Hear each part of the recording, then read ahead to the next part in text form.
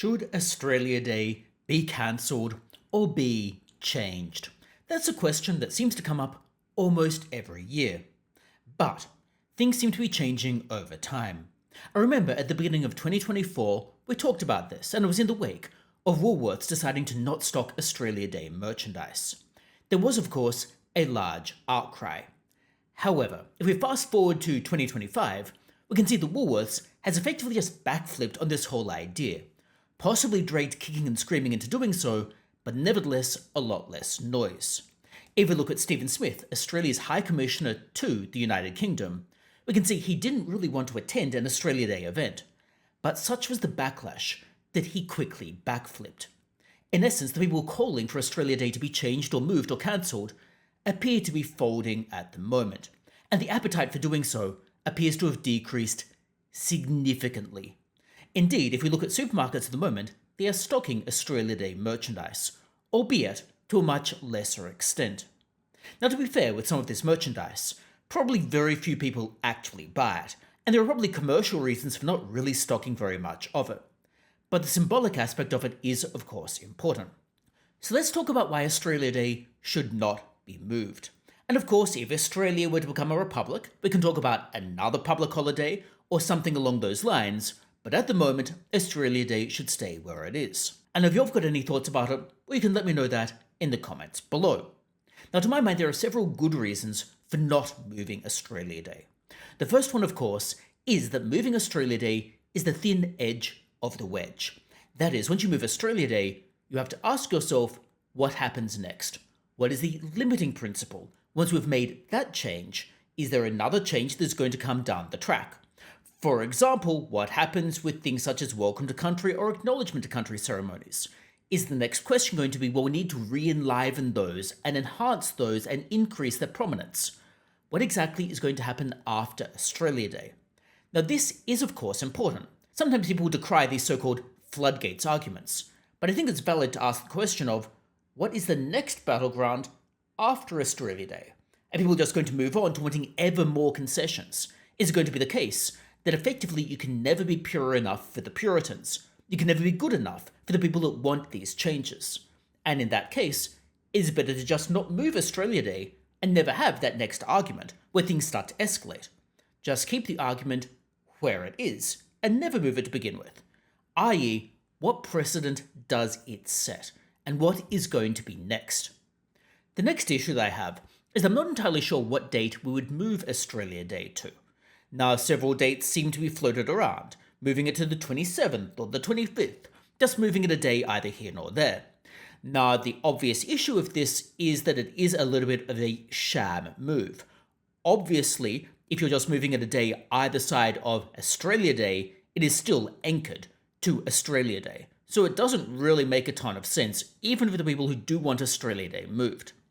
One could, in theory, move it to something like January 1st, but that's already New Year's, so it seems a little bit odd to move it to an existing public holiday day. Now, of course, that would expand the whole Christmas holiday period, and some people might want that for practical reasons, but nevertheless, it does seem a little bit absurd to make Australia Day the 1st of January. Another alternative, perhaps, and this one is less bad, is to move it to a date associated with the Australia Acts of 1986. These in essence severed the Privy Council's rule over Australian courts, and also the UK Parliament's ability to make laws for Australia. It did give a degree of independence. Now, in the case of the Australia Acts, we've got a couple of dates that maybe we could talk about. For example, it had a royal assent on the 4th of December 1985, and it commenced operation on the 3rd of March 1986. Now, of course, we can have a debate about whether or not those would be valid alternatives, and in that case, the debate would be, is that the date of Australia's independence, i.e. independence from UK sovereignty to some extent, and is it therefore more or less important than 26th of January? Now, to my mind, the 26th of January is a more apt date because that is in essence the beginning of Australia to some extent in its current form. The next issue to my mind is that for all of its faults, the United Kingdom did bring several key advancements to Australia. After all, if we look at all of the capital cities in Australia, do we think they would exist without the United Kingdom? Do we think they would exist without the British, well, starting to colonise Australia? What about our legal system? Do Do we think we would have our system of laws without the British having brought that over? Do we think we'd have myriad of the advancements that we have without the British having brought this over? I dare say that many of us would not be here but for the British being here. Racism and discrimination against people on the basis of race is inherently repugnant and should be condemned. And to the extent the British did this, we should not condone it.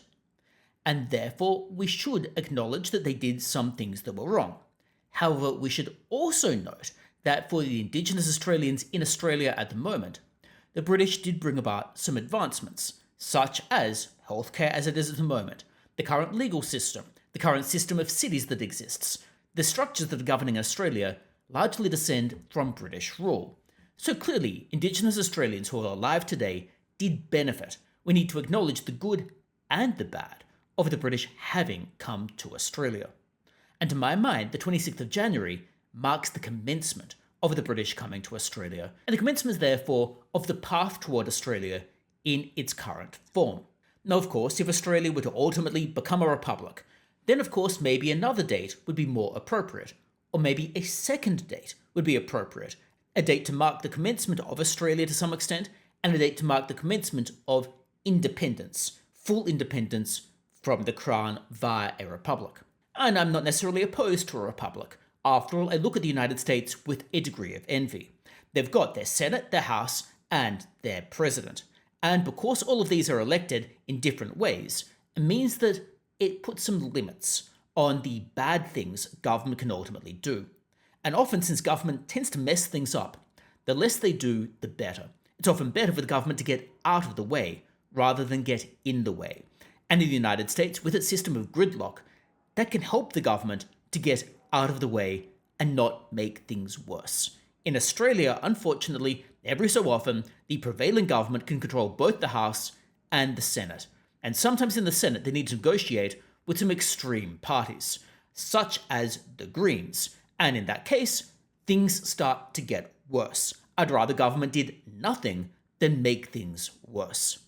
And therefore, a republic might help us move toward the government just getting out of the way. But that is a separate topic. Circling back around to Australia Day, no, I don't think it should move. I think it should stay where it is, at least for the moment, unless and until someone comes up with a coherent alternative date that is more symbolically important to Australia, and we're not moving just to acquiesce to people that are going to demand ever more concessions. But let me know your thoughts about Australia Day in the comments below. Do you think Australia Day should stay where it is? Do you think Australia Day should move? What are your thoughts about the appropriate date to celebrate Australia's National Day? I'd be interested to hear what you think.